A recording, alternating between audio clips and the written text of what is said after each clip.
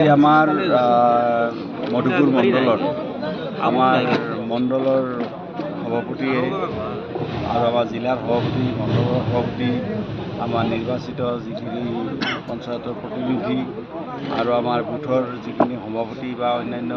কাৰ্যকৰ্তা যিখিনি আছে তো সকলোৱে মিলি আজি ইয়াতে আমি একগোট হ'লোঁ আৰু একগোট হৈ আমাৰ প্ৰীতিৰে আমাৰ এসাঁজ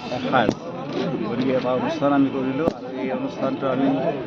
যদিও আমি ৰাজনৈতিক দল হিচাপে এই অনুষ্ঠানটো কৰিছোঁ অলপ ব্যতিক্ৰম ধৰ্মী এটা অনুষ্ঠান হৈছে আৰু ইয়াতে আমাৰ মণ্ডলৰ বিভিন্ন ঠাইৰ পৰা অহা আমাৰ কাৰ্যকৰ্তাসকলে নিজৰ তেওঁলোকৰ পাৰদৰ্শিতা সংগীতত বা কবিতাত বা বিভিন্ন দিশত যি আছে তেওঁলোকে এইটো প্ৰদৰ্শন কৰিছে আৰু বহুত ভাল লগা অনুষ্ঠান এটা হৈছে আৰু সকলোৰে মুখত হাঁহিৰে বিৰিঙিছে আৰু সকলোৱে হাঁহি ফূৰ্তিৰে এই অনুষ্ঠানটো কৰিছে আৰু আমিও যথেষ্টখিনি উৎসাহিত হৈছোঁ এই অনুষ্ঠানটোৰ জৰিয়তে দি আৰু আমি ভাবোঁ যে ৰাজনীতি আমি কৰি থাকোঁ ঠিক কিন্তু ৰাজনীতিৰ লগতে আমি সকলোৱে মিলাপ্ৰীতিৰে যাতে এনেকৈ হাঁহি ধেমালিৰে সকলোৱে মিলাপ্ৰীতিৰে যাতে আমি সমাজখনত আমি বসবাস কৰিব পাৰোঁ সমাজখনক আগবঢ়াই লৈ যাব পাৰোঁ গতিকে সেইটো আমি প্ৰচেষ্টা থাকিব লাগিব ৰাজনীতি কৰিলেও এই প্ৰচেষ্টাটো আমাৰ থাকিব লাগিব এই প্ৰচেষ্টাটোৱে আমাক কষ্ট কৰে আমাৰ ফৰেষ্ট বেটেলিয়ান ফৰেষ্ট গাৰ্ড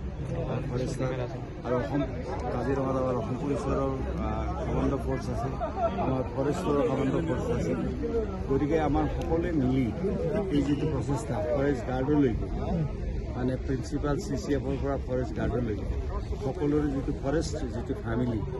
তো তেওঁলোকৰ যিটো প্ৰচেষ্টা এই প্ৰচেষ্টাৰ কাৰণে মই তেওঁলোকক ধন্যবাদ দিছোঁ লগতে অসম পুলিচকো মই ধন্যবাদ দিছোঁ যে অসম পুলিচক কাজিৰঙাত যথেষ্ট পৰিমাণে তেখেতসকলে সহযোগ কৰিছে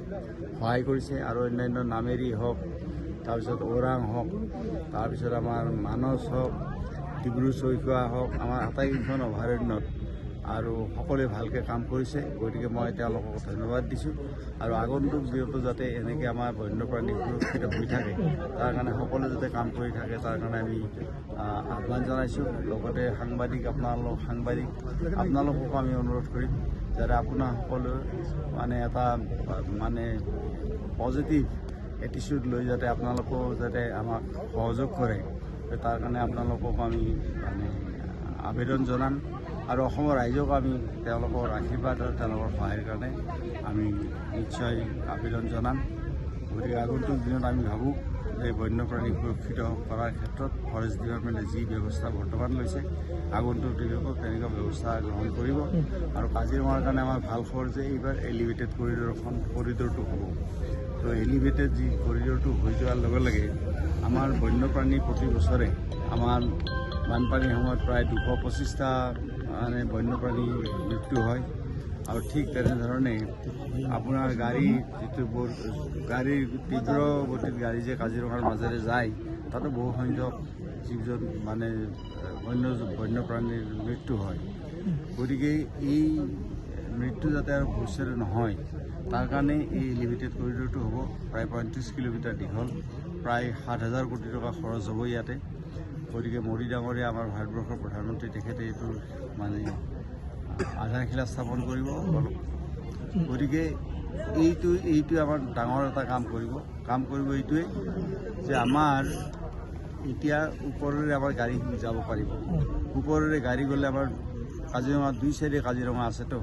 গতিকে ইটো চাইডৰ পৰা ইটো চাইডলৈকে যেতিয়া পাৰ হ'ব লাগে ৰাস্তাটো তো বহুত মানে গাড়ী স্পীডত কিছুমানে অভাৰ স্পীডত গাড়ী চলায় তাৰ স্পীড লিমিট আছে কিন্তু বহুতে লিমিটটো নামানে জোৰকৈ গাড়ী চলায় গতিকে তেনেকুৱা যিবিলাক দুৰ্ঘটনা হৈছে গতিকে এতিয়া বন্যপ্ৰাণী যিখিনি আছে কাজিৰঙাৰ দুইফালে তেওঁলোকে মুকলিভাৱে ঘূৰিব পাৰিব আৰু তেওঁলোকে সুৰক্ষিত হৈ থাকিব যান বাহনৰ যিটো হুলস্থুল যেনে হৰ্ণ বজোৱা যেনে খুব অভাৰ স্পীডিং কৰা এই যিবিলাক হৈছে এইবিলাকৰ পৰা জীৱ জন্তুসমূহক সুৰক্ষিত কৰি ৰাখিব পৰা যাব।